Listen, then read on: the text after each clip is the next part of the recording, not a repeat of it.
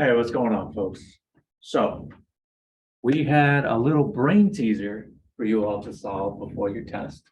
And we did have one student who solved it. Shout out to Vaughn. But I'm going to go a little bit more in depth into how you would go about finding the answer to that from scratch, given no other information other than the question asked. Okay, there is one number that exists where Fahrenheit and Celsius are the same exact temperature at that number. Okay, and you were asked to find what is that. Okay, so we're going to start out with just some basic facts that we know about temperature conversions, right? So we know what is our true north? What is the thing we always come back to as a reference point for everything else? It's the freezing point of water. Okay, and that's what Celsius is based on.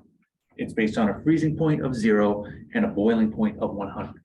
Because the people that made Celsius, they love their fellow humans and wanted things to make sense. People who made up Fahrenheit, they're talking about brine. They're talking about the freezing point of salt brine. And nobody really cares about that. But we still use it, so we got to learn it. So we know that the freezing point of water is 0 Celsius and what? 32 Fahrenheit. All right. So 0 C is the same as 32 F. All right, cool. So we know what happens if we increase that value, right? We go up to 1 degree Celsius, right? So going up plus, then we're going up by what? Well, starting from that ground floor of 32 Fahrenheit from the freezing point, we're going up 1.8 degree Fahrenheit for every 1 degree Celsius we go up. So we're just doing 32 plus 1.8. All right, so we're just talking 33.8 Fahrenheit. Cool. But we know all that, and that's not going to help us here. And we can figure that out real quick, just applying some simple logic. Because Fahrenheit is already at 32. That's its starting spot, right? That's the ground floor from freezing. And we're going up 1.8 every time we go up 1 Celsius, right? So Fahrenheit is never going to catch up to Celsius in ascending value. You could go on to infinity, into the trillions, doesn't matter. It's never going to catch it because it has a jump start and it's going by bigger leaps and bounds. It's growing by 1.8 for every 1 that Celsius grows. So if you're going up, you're going in the wrong direction. So what does that leave us with? Well, in this case, what doesn't go up must come down. So we're going to be going in reverse. We're going to be heading down towards negative numbers. We're already into the negative from Celsius, starting at the freezing point of 0. -1 is what in Fahrenheit? Well, I mean, you could just take -1 and plug that into your 9C equals 5F minus 160 formula, or you could take something that we know. If 1 Celsius going up 1 is adding 1.8 to your freezing point of 32 Fahrenheit, we're going the other way. We're subtracting 1 Celsius, going to negative -1 Celsius. What are we going to do to that freezing point of 32 Fahrenheit? That's right, we're going to drop that by 1.8. Cool. So we're going to say that that's 30.2 Fahrenheit. But see, this right here, this is still positive. Fahrenheit isn't even close to negative yet. But Celsius, that's already down in -1. So we got a little bit more to do before they're both negative values, right? So we're looking for a number that is identical for Celsius and Fahrenheit, same temperature, same number.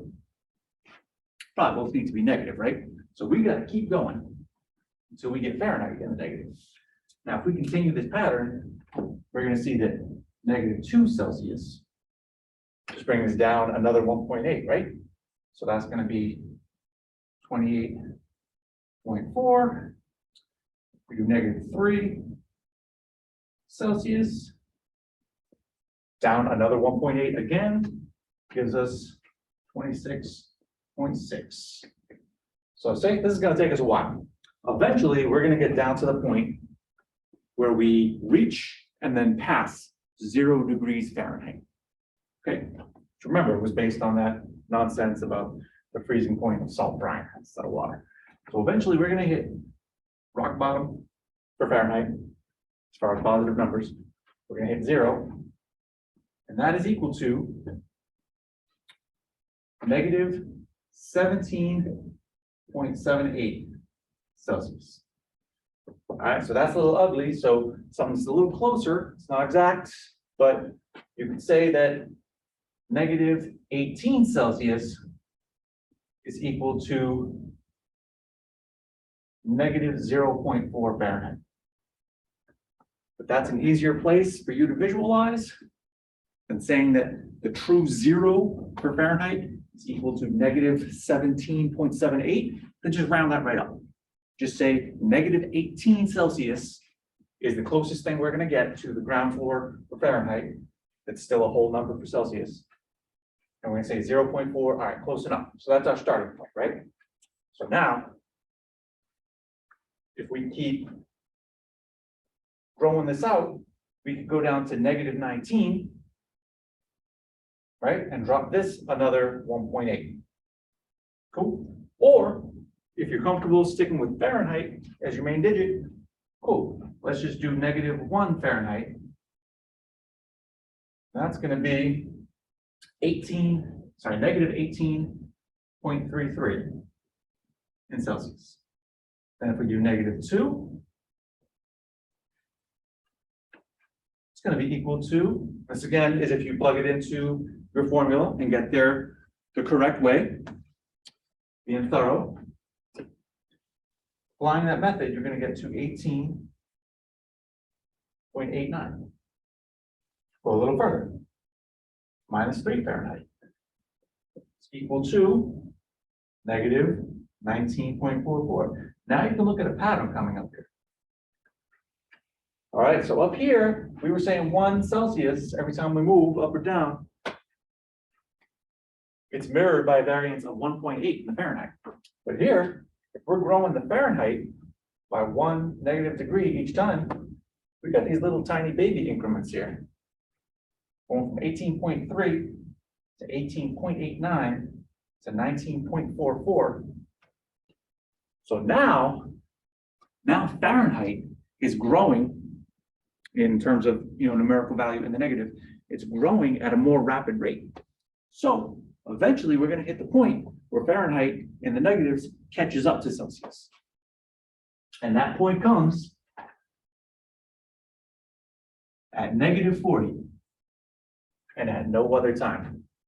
Now, if you were impatient and you didn't want to go through one by one, negative 1 Fahrenheit, negative 2 Fahrenheit all the way down, or negative 1 Celsius, negative 2 Celsius, and calculate all those out using your formula 40 times until you hit negative 40. Cool. What you can do is you can triangulate. You can zero in on it by doing, okay, so let me do 1 or 2 of these. All right, I got negative 1. Okay, so negative 1 and negative 18.33. All right, not that close. Negative 2, negative 18.89. Didn't really get any closer. All right, so let's cast a wider net, right? Let's say negative 100 degrees Celsius. What does that give you?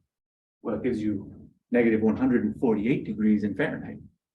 So all of a sudden, we went from the Fahrenheit in the negative being the smaller number, 1, 2, smaller than 18.3, 18.89.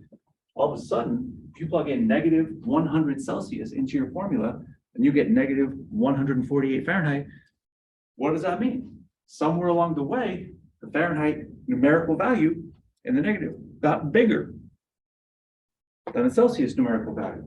So then you just start jumping around. You say, okay, so negative 100 Celsius is past that point. Let me try negative 50 Celsius.